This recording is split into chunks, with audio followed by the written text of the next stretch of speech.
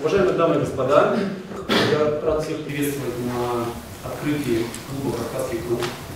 Что это за инициатива, кто его создатели, что будет происходить дальше, об этом будут выступления участников и дискуссия. 4 ноября не время отдыхать, а время работать. И я хотел бы начать с очень главного тезиса мотивы. Потому что все спрашивали, а зачем это нужно, а кому это нужно, и вообще, что вы хотите с этого поиметь. То есть понятно, что когда мы говорим о подобных общественных гражданских инициативах, всегда за этим ищут заказчика. Бизнес-структуры, политические структуры.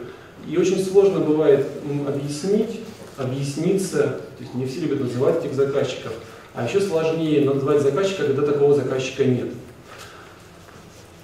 И хочется просто вспомнить слова из фильма нашего советского периода.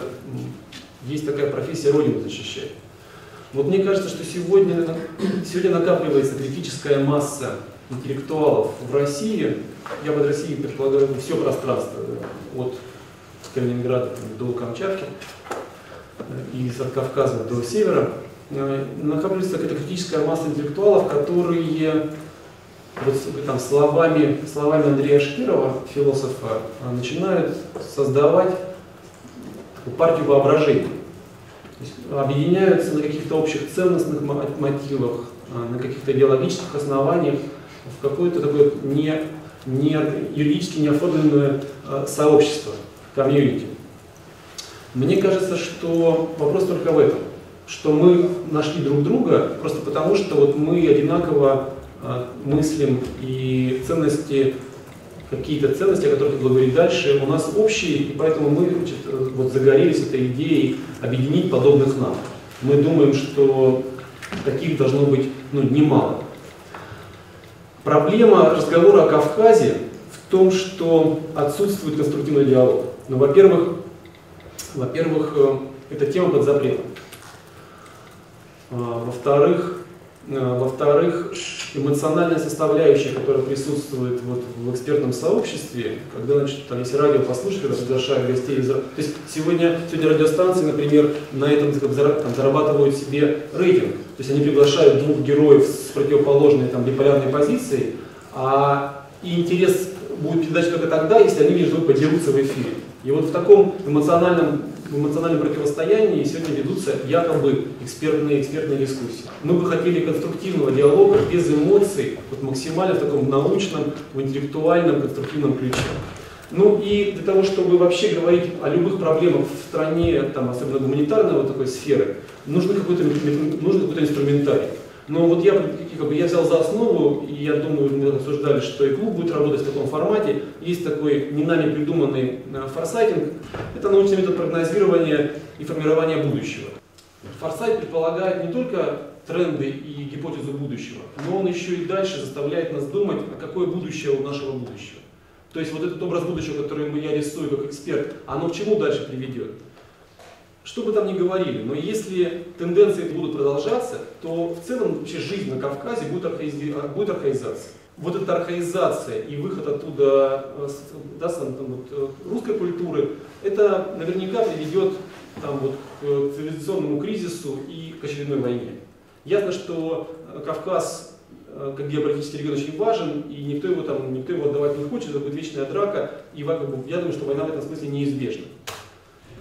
Если русские, как вот такая титульная нация вообще европейского региона, от Калининграда до Камчатки, не в состоянии разобраться с Кавказом, то есть решить этот вопрос культурный, цивилизационный, политический, социальный, значит капитуляция русской культуры просто перед историей. На сегодня наш клуб,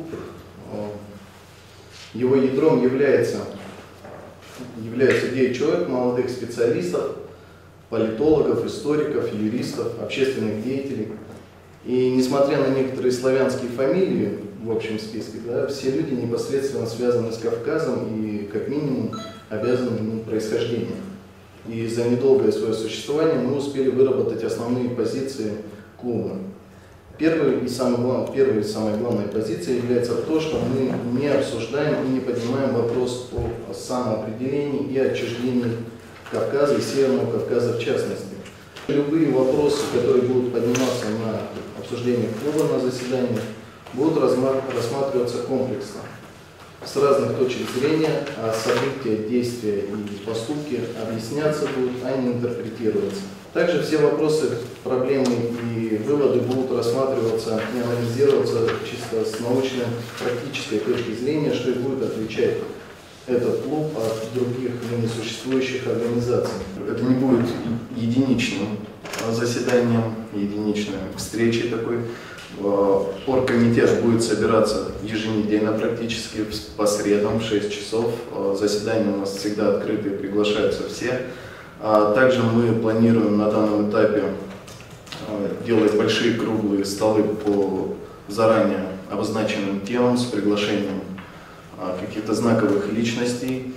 И на данном этапе мы планируем расширение нашего клуба за счет выходцев из других республик. Так сложилось изначально, что у нас однобоко была представлена публика, это со стороны в основном дагестанцев, потом пополнилось из Карачаева-Черкесии, но у нас много других республик, которые, несмотря на то, что они схожи, имеют примерно одинаковые проблемы, но в то же время ребята из этих республик, да, интеллектуальный потенциал способны внести какие-то свежие новые идеи, которые возможно применить и для других.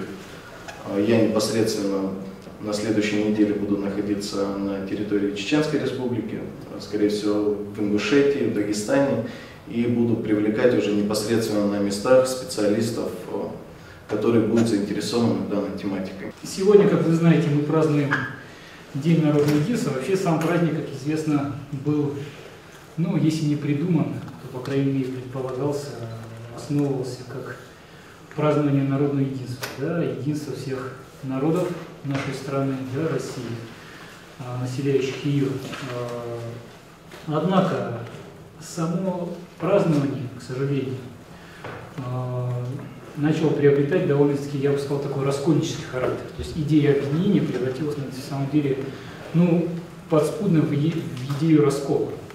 То есть ситуация сложилась так, что люди начали праздновать формально некое единство, но при этом в своем праздновании начали делиться. Да? Русский марш отдельно, какие-то народы отдельно и так далее, и так далее. То есть праздник, который предполагался как некий ответ 7 ноября, да, поскольку 7 ноября считался тоже такой праздник раскола, да, идеологического, правда, такого социального, политического. Да, была предложена идея 4 ноября. Но на самом деле получилось так, что 4 ноября, к сожалению, раскололо общество еще больше, потому что идеологические расхождения еще как-то можно так или иначе, скажем так, ну, уладить, да, предложил какое-то компромиссное решение, то не решив национального вопроса, да, межнациональных отношений, предложить его праздновать, ну, на мой взгляд, это было слишком преждевременно. Вот, поэтому, на мой взгляд, мы сегодня потому и празднуем, точнее, открываем клуб именно 4 ноября, потому что считаем, что нужно в этот день, например, в этот день, да, поработать над этим единством, да, а не его праздновать. Потому что праздновать, по большому счету, сегодня, к сожалению, да, нечего. Общество расколото, как идеологически, политически, социально, но уже, к сожалению, и на национальной почве. И решение этого вопроса, к сожалению, сегодня ни государством, ни каким-либо общественными организациями не предложено. И идея этого клуба, основная, да, одна из основных, это найти некое решение или предложить какие-то варианты какого-то, ну, национального единства, реального национального единства, да, нивелировать все межнациональные отношения, да, на основе, например, попытки найти не различия, да, между народами, в культурном плане, национальном, этническом, да, а некие общие. Да, а общие на самом деле у всех населяющих нашей страны есть, безусловно. Иначе мы, так или иначе, на протяжении уже более там, 100, 150, 200 лет мы так или иначе не жили, если бы у нас не было, да, этого единства. Мы должны также обратить пристальное влияние на культурно-историческую и этническую общность, которая проживает на территории Северного Кавказа. На территории Северного Кавказа находятся три больших объединения казаков. Это Всевеликое войско Донское, Кубанское и Терское казачье войско. Ближе всего к республикам Северного Кавказа, на территории большей части республик Северного Кавказа находится именно Терское казачье войско. Казаки уже не первую сотню лет живут вместе с народами Северного Кавказа, переняли от них многие обычаи и культуры, становятся близкими по духу и по крови.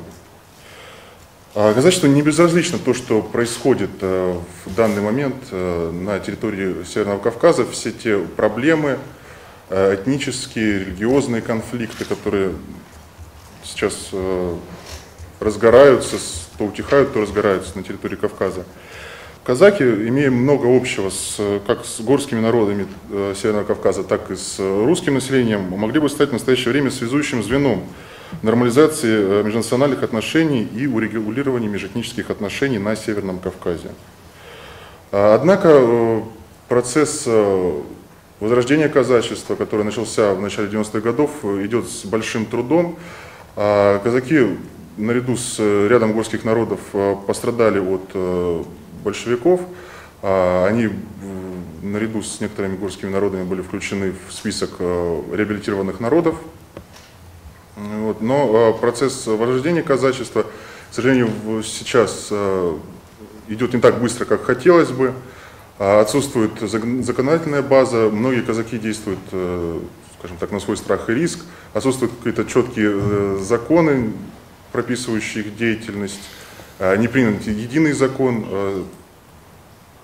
Существующий сейчас совет при президенте по делам казачества работает по большей части для галочки. Все мероприятия, которые проводятся, довольно-таки неэффективны и особенно на низовом уровне. Также не предпринимается никаких мер по возвращению исконного казачьего населения в их исконные регионы проживания.